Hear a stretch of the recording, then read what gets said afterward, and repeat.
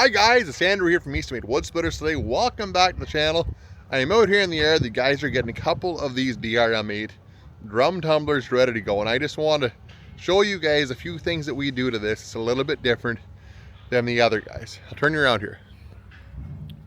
So what we do is we actually offer two different spacings. So you can see that that drum and that drum, they actually bolt together in the middle here. So you can have this with either a 1-inch spacing, 2-inch spacing, or 3-inch spacing, or any variation of that. So you can have maybe a 1-inch spacing here and a 3 here. However you want that set up, we can do that.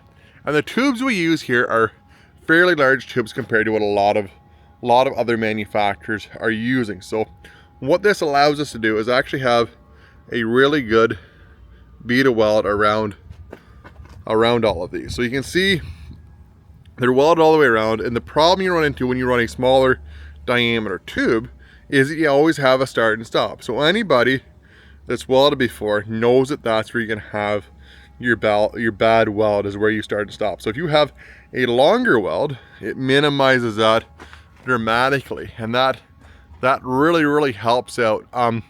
The other cool thing about this drum tumbler here too is the weight of the actual drum. It's fairly light. Most of the drum tumblers out there, they have a lot more tubes in them. They have a lot heavier wall tubes. And what happens is that wears down on the bearings in these rollers a lot. So these are heavy duty rollers. These are big, heavy casters in it. But if you have something really heavy and it's pushing along that bearing, you're gonna pull the bearings out of these really easily, where this actually has a secondary caster down under here that takes the side load off of these ones. And like I said, that drum isn't terribly heavy to start with. No, for some reason, if you want to run a different size of drum in that, you can pull that out, you can slip another drum in there, whatever you want. It's just a matter of actually splitting this chain here. There's a master link on it, and then once that's split, you just pull it out.